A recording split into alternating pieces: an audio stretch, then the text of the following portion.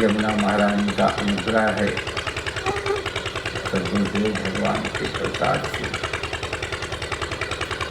यमुना निराजन महोत्सव के ब्याज से यहाँ सूर्य पटरानी की यमुना जी का हम लोग वंदन अभिनंदन करते हैं। उसी अवसर पर नाना प्रकार के संतों के, विद्वानों के, वैष्णवों के, भक्तजनों के दर्शन भी होते हैं। ये विशेष लाभ आज हमारे मध्य में डॉक्टर रमेशन पांडे जी विद्यमान हैं। काशी का निवास काल से हमारा परिचय इनके पुत्र हुए डॉक्टर श्री रेवती रमन पांडे जी, बड़ा उनका प्रेम था। गोरखपुर विश्वविद्यालय के उपकुलपति रहे और डॉक्टर पांडे जी आज लाल बहादुर शास्त्री यूनिवर्सिटी के वाइस चांसलर माने उपकुलपति हैं। शायद उपकुलपति होते तो उनको आज यहाँ पहुँचने का अवसर मिलता कि नहीं, हम नहीं कह सकते हैं। लेकिन वो परंपरा से विद्वान, इनकी पीढ़ियों में बड़े बड़े विद्वान हुए हैं और उस पीढ़ी का ये प्रतिनिधित्व करते हैं। हम उस विद्वत परंपरा का समादर करते हुए, हम उस परंपरा का वंदन करते हुए आदरणीय पांडे जी से प्रार्थना करेंगे। प्रार्थना तो थोड़ा अनुचित लगेगा उनको, हम आग्रह करेंगे कि वो कुछ जो यहाँ उपस्थित हैं उनको और जो दूरदर्शन के माध्यम से, विज्ञान के माध्यम से आरती में जुड़े हुए हैं, उनको अपना आशीर्वचन मंगलाशासन प्रदान करें। आदरणीय पांडे, जय।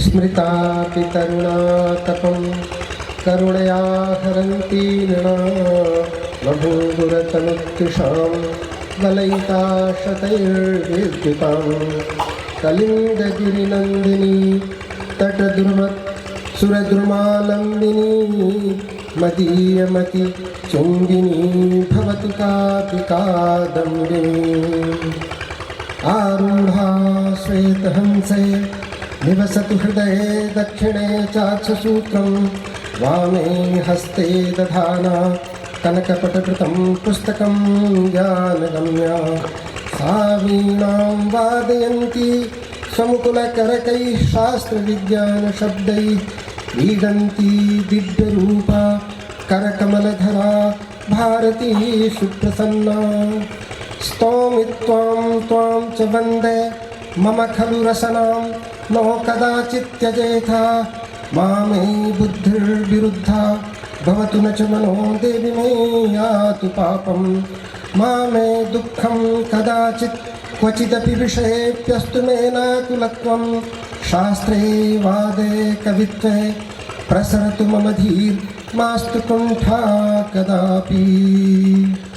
गुरुर्ब्रह्मा गुरुर्विष्णुः गुरुर्देवो महेश्वरः गुरुः साक्षात् परब्रह्म तस्मै श्री गुरुवे नमः। तस्मै श्री गुरुवे नमः।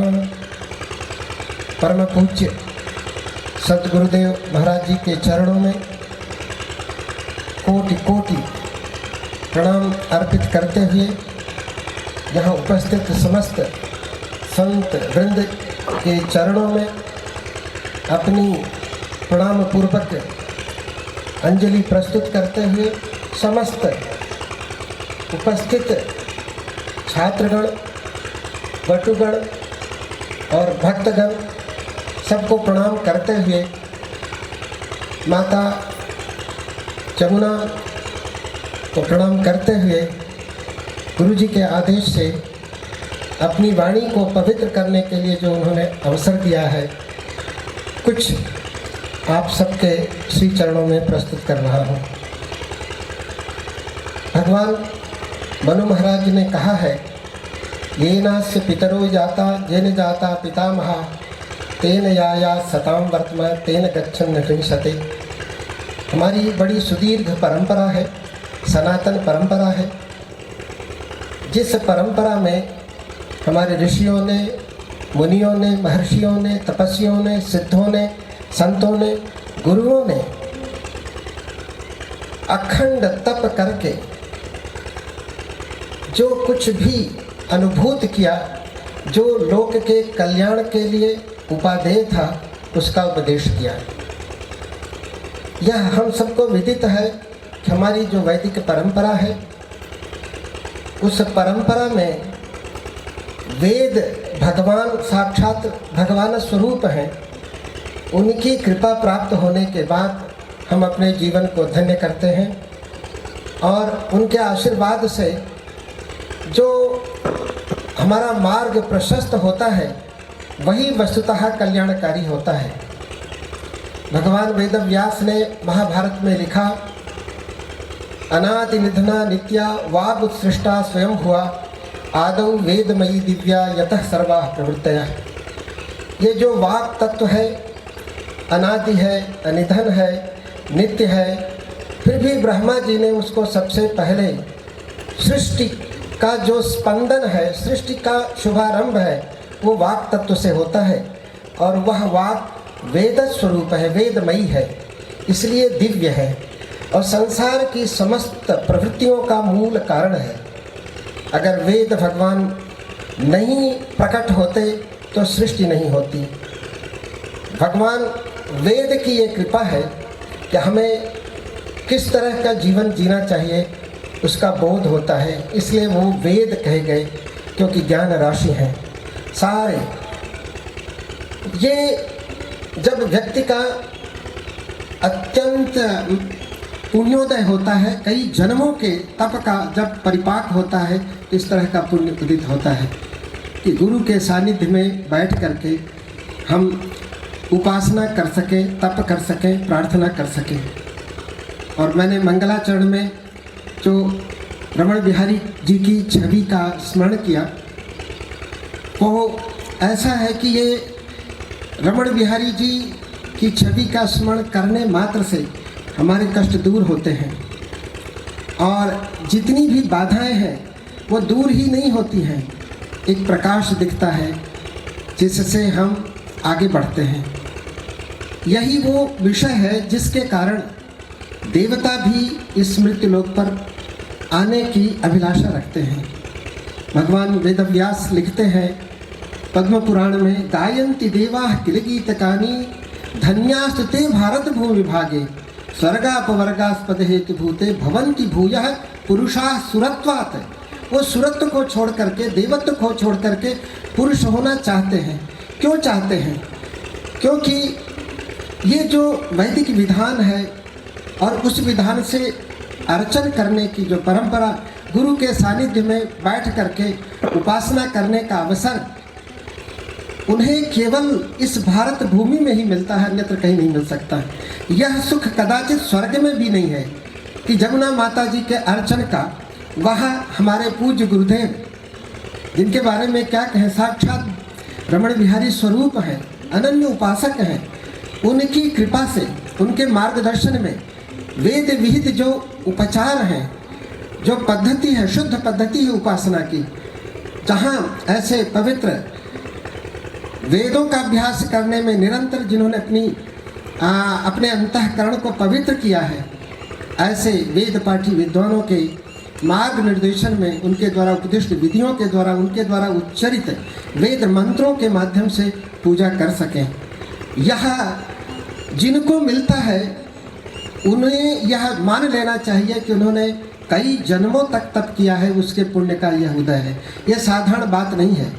मुझे स्वयं काफ़ी दिन हो गए, कोरोना के पहले कभी मैं गुरुजी के दर्शन करने आया था, बीच में कई बार मन होता था लेकिन नहीं आ पाया।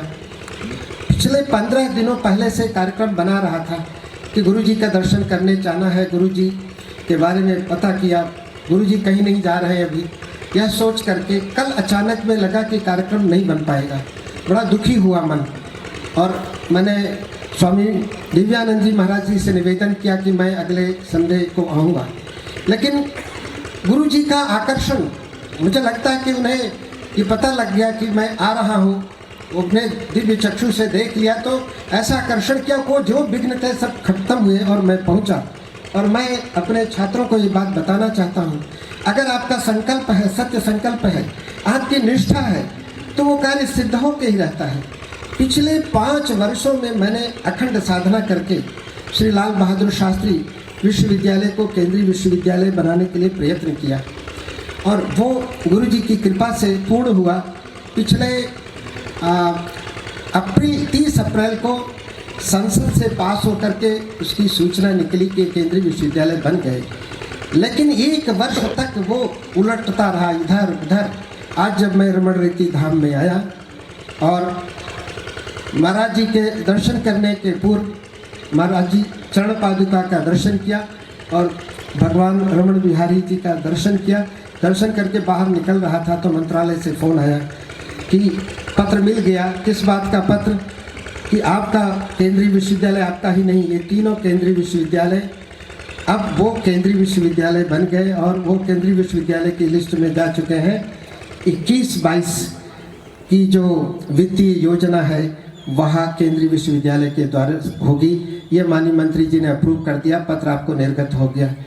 कि पिछले 5 वर्षों की जो साधना है उसका परिपाक, उसका परिणाम, उसका जो सुनने का अवसर था, ये इस धाम में प्राप्त हुआ। तो मैं ये कहता हूँ कि आपकी सारी मनोकामनाएं तभी पूर्ण होती हैं जब आप परंपरा के अनुसार अपने कार्यों में प्रवृत्त होते हैं।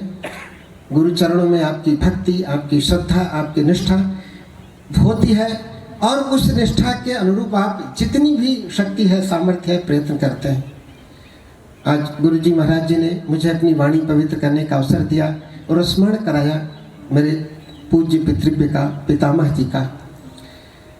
पूज्य पितामह जी ने बताया कि उनके गुरु जी ने अपने गुरु जी से ये प्रश्न पूछा कि गुरु जी आप इतने बड़े विद्वान हैं, आपके गुरु जी कैसे रहे होंगे? उन्होंने कहा कि बेटा वो तो उदयमान थे, महासागर थे, मैं तो उनके सामने झरना भी नहीं हूँ। वस्तुतः मेरा यह पुण्य है कि मैं उस कुल में पैदा हुआ, लेकिन प्रपंच में इतना कुलपति के इस प्रशासन में उलझ गया कि विद्या से विमुख हो गया। अब पढ़ाने का अवसर नहीं मिलता है, जो कि मेरी आत्मा है, मेरा स्वभाव है। लेकिन ईश्वर की यही इच्छा थी कि कुछ संस्कृत के लिए करना, संस्कृति के लिए करना। तो गुरु जी के आशीर्वाद से जो कुछ कर पाता हूँ वो गुरु जी के चरणों में निवेदित करता हूँ। नहीं पहुँचता हूँ फिर भी उनको स्मरण करता हूँ, मेरा कार्य सिद्ध होता है। मित्रों, मैं ये आप सबको कहता हूँ, अगर आप सचमुच में सरस्वती, नहीं वंध्या सरस्वती, ये पितामह जी के मुख से सुना है, सरस्वती कृपा करती है। दंडी लिखते हैं कि न विद्यते यद्यपि पूर्व वासना गुणानुबंधित प्रतिभा न अद्भुतम श्रुतेन यत्नेन च वागुपासिता ध्रुवम करोत्येव कमप्यनुग्रहम्। अगर आपने सचमुच में साधना की है, तपस्या की है, एक निष्ठ भावना की है अध्ययन में, तो सरस्वती स्वयं कृपा करती है और गुरु के कृपा से वो आपको आशीर्वाद देती है, आपका मार्ग उज्जवल करती है। और इस तरह का दृश्य, इस तरह का अवसर देखने को दुर्लभ होता है। मैं तो अनुभव कर रहा था, जब हम आरती कर रहे थे तो कितनी मछलियाँ जल के भीतर से उछल उछल करके इस दृश्य का दर्शन कर रही थी। गुरु जी का दर्शन करने के लिए उनमें भी एक जैसे प्रतिस्पर्धा हो। तो यहाँ का जो पूरा वातावरण है इतना पवित्र है, पावन है। यहाँ पर आकर के सचमुच में मैं अपने को सौभाग्यशाली समझता हूँ और आप सब लोगों के लिए मेरी यही शुभकामना है कि सद्गुरुदेव जी के चरणों की कृपा से आपका जीवन सफल हो, उज्जवल हो, मंगलमय हो, आपकी जो अभिलाषाएं हैं वह पूर्ण हो। लेकिन ये ध्यान रखें कि आपकी निष्ठा इस सनातन पद्धति में, इस परंपरा में अवश्य होनी चाहिए। यदि निष्ठा में कमी होगी तो निश्चित रूप से फल में भी कमी होगी। इन्हीं शब्दों के साथ मैं अपनी वाणी को विराम देता हूँ और जो मुझे यह अवसर दिया गुरु जी ने, इसलिए मैं कोटि कोटि आपके चरणों में अपने प्रणामांजलि व्यक्त करता हूँ। श्री गुरु चरणेभ्यो नमो नमः। गंगा मैया की जय।